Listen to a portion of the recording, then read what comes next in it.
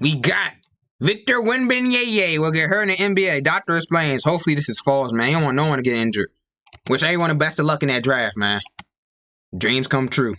Victor Wembanyama might be the most can't-miss prospect in the history of pro sports. But I hate to break it to you Spurs fans, because he's almost certainly going to get injured in the NBA. Welcome back everybody, I'm Dr. Brian Suter, and my goal in this channel is to help teach you about the medical side of the world of sports. And today we're going to be diving into these medical and health concerns surrounding Victor Wembanyama. By the end of this video, I want you to think differently about how we look at injury risk in NBA players. And the most important place to start is just by realizing how an NBA doctor? Injuries are within the NBA. In the 2017, 18, and 19 seasons, there were over 300 unique NBA players who suffered an injury in each of those seasons. Most recently in 2023, this number ballooned up to nearly 400. So we have to just start off and understand with this discussion that injuries are part of the game. We should expect that players are going to get injured, not be surprised when they do. But obviously there's a big risk between somebody tearing their ACL and just missing 1 or 2 games for some back tightness. To understand those risks for a specific player like Wembanyama, I think we have to start off with their injury history. The first big injury for Wembanyama was a stress fracture of his fibula. Now, he had this. I don't remember him having this. Everybody heard, a big man who suffered a stress fracture, because we've all heard about the big men of the past who had these repeat stress fractures or just fractures in their lower body. But with Wemby, it's a different story and not something that I would be concerned about. When we look at the lower leg, in the lower leg, there's the fibula, which is the small bone on the outside, and then there's the tibia. Okay, fibula, tibia. Okay, the tibia is in the front, and the fibula is in the back, or the fibula. It's the big in the back, okay. This is the bone that carries the majority of the weight through our leg. The fibula bone is just kind of along for the ride. There's a small. So how about the thigh? What does that hold? Weight that's transferred through the. What does it hold? The fatness? Like what we see in the tibia. A tibia stress fracture is a much more significant injury. It's something like what Cade Cunningham was dealing with this past year before he ultimately had surgery. And so hearing about a fibula stress fracture in no way makes me worried about the resultant forces that are being put through a player's lower limb and this notorious phrase about stress fractures that might scare us based on previous players. This isn't like the fracture that Embiid had in his foot or that we've seen in some of these other big men. This is a typically non-weight-bearing bone. I started making my feet hurt. That is not a thing we worry about long-term. If we scroll higher up, the next injury for Wembanyama was an injury to his psoas. And the psoas is one of the primary hip flexors. It's actually a group of muscles made up of... Let's say a hip flexor injury or hip injury. The hell is a psoas? You mean sauna? Like that hot tub thing?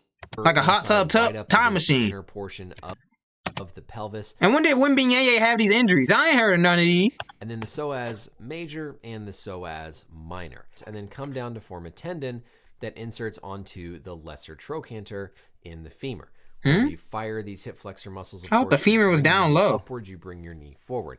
And a hip flexor injury, something that's been this long before, that's healed, gives me no pause for concern going forward. We typically will see these injuries in tennis players or anybody who's doing a lot of repetitive explosive hip flexion. But for a basketball player, to me, this was kind of a one-off type of thing that I wouldn't be worried about having any resultant effects down the road. This isn't something like injury to the cartilage or a joint or a big major tendon that can linger. I see this as just a muscle strain like anybody else can get and not something that we should be worried about. Then along the way, Wembanyama had a finger fracture, which there's nothing you can do to prevent or try to prehab for finger fractures. And then the final one was a shoulder contusion to his right shoulder. Now, the reporting on this one was a little bit hard to localize, but one report said it was more just a bruise of the shoulder blade, which would honestly be probably the best case scenario here. Sometimes we'll hear about shoulder subluxations or some partial dislocations of the shoulder joint being referred to as contusions or just sprains. And so that would be the only thing that would concern me if that were the case. But I think I saw enough reports that this was just simply a bruise to the bone, a bruise to the scapula that can take a long time to heal and wouldn't give me concern going forward. So when we look back at Wemby's injury history, there really isn't anything to suggest some major underlying structural problem. There's no history of anything like an ACL tear. There's no history of anything like a meniscus tear or a joint like a knee surgery. As far as we know, there's no hardware in his body that could cause problems down the road. So when I look at his injury history... You mean robots? You put robots in your body? I know if you tear your meniscus, you could like take it out and they just leave it there and just put like a robot one in it or something like that. I didn't know they put robots in your body. Injuries. But so have all of these kids that are getting through college and through the system here in the US. Most of them have gone through some type of injury in their career. We just probably haven't heard about it because they weren't as high profile as somebody like Wembanyama. Next, we'll get into some injury comparisons and just what I think about his risk going forward. But first, I want to give a quick shout out to the sponsor of this video. Thank you to Element for sponsoring this video. Element is an electrolyte drink.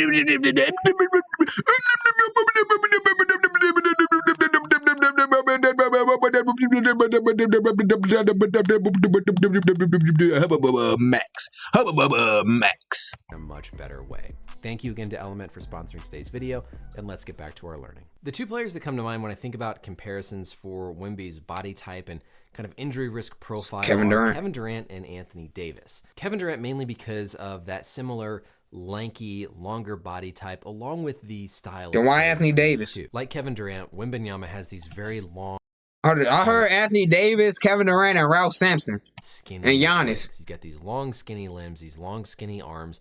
And one of the injuries that I would think about as being more likely for somebody like this would be like Durant has suffered with something like an MCL injury in the knee. When you've got these big, long legs, you have big, long lever arms, and longer lever arms in physics result in more torque applied at the ends of those lever arms at the pivot points. Probably the most concerning moment where Wemby thankfully wasn't injured was this play where we saw him slide.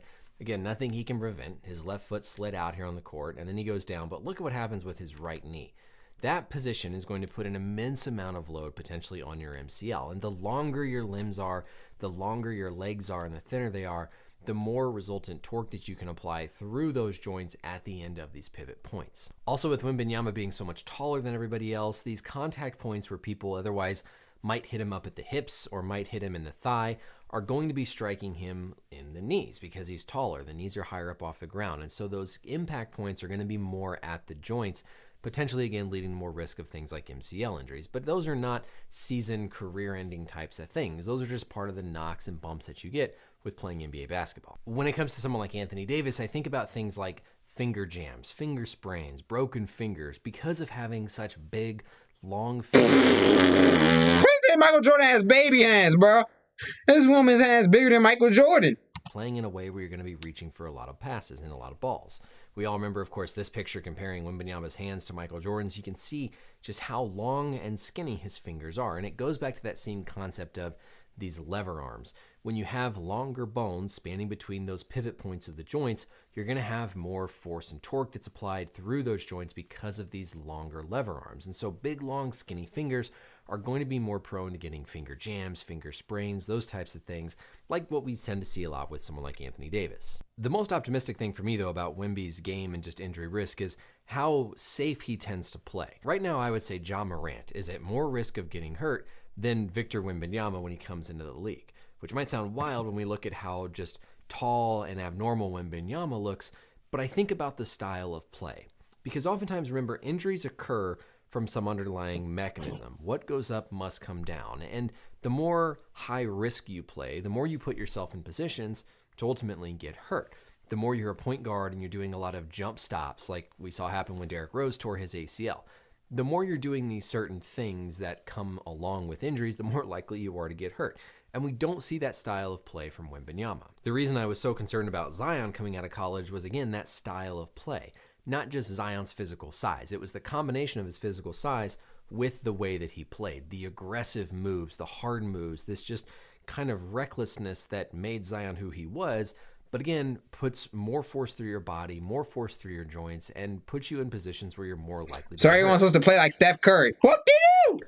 With Wemby, we don't seem to see that. We seem to see a more controlled, more kind of graceful, calmer style of play, relying on his skill, rather than just this high-flying, aggressive athleticism, which I think bodes really well for him. The last specific thing I want to touch on that, again, is another positive for Wembanyama are all of these warm-up kind of injury prevention videos that we've seen. Of course, this was Wembanyama when he was doing little toe shuffle activities here. We see him do all these drills before his warm-ups. He's doing a lot of different work with resistance bands, really trying to work on his stability, his core strength. A lot of great things that seem to be centered around this idea of injury prevention or prehab, doing things before you potentially would get hurt in order to help prevent you from getting hurt and just make your body more resilient. This specific one that we see him doing here, this is hip flexion. This is activating those hip flexor muscles, that iliopsoas that we were talking about earlier. This exercise is really working what we call the intrinsic muscles in our feet. Intrinsic meaning inside. And so within our foot, we have all kinds of small little muscles that help to control the fine movements of our foot. And generally speaking, the stronger and the more conditioned your intrinsic foot muscles are, the more your muscles are allowed to kind of absorb the impact and load through your foot as opposed to putting it through your joints. So intrinsic muscle strength, good intrinsic muscle function in the feet is really important for overall foot health. So when I look at all this from Wembanyama, I see a young guy that is very aware of the need to be doing things to actively get his body in the best shape possible to prevent injuries. I think they're very well aware of the risk and the history of bigger guys in the NBA and foot injuries, because a lot of this seems to be centered around his feet. So just the fact that he has that mindset already at a young age and has people around him who are thinking about these things is all extremely positive, because we don't always see this in guys coming out of either college or high school here in the States. So overall, in summary, I'm not that concerned about Wembanyama's health in the NBA. But like I said, he's going to get injured. Just at some point in his NBA career, he's going to have an injury. And I think for his sake, my hope is that it doesn't happen early on. But something will happen. It's just the nature of playing in the NBA and the numbers. He'll get some knee injury, he'll get some muscle strain, he'll get a sprained ankle. Something will happen, and that's fine. That's no fault to him. My hope with these younger guys is that it doesn't happen right away, because at some point it will, and I don't want it to happen in the beginning where then he's going to get this label of being injury prone and high injury risk, because a lot of us just see something abnormal. We see the extremes. We see the really short guy, the really big guy, the really tall guy, and we think because they're different, they must be at risk of getting hurt. And of course, if that happens early in his career, that's going to influence the entire narrative going forward. But it shouldn't. His past injuries are not ones that are concerning to me. He hasn't had surgery as far as we're aware on any of his joints. His playing style is not reckless and careless. It's very controlled and very low risk.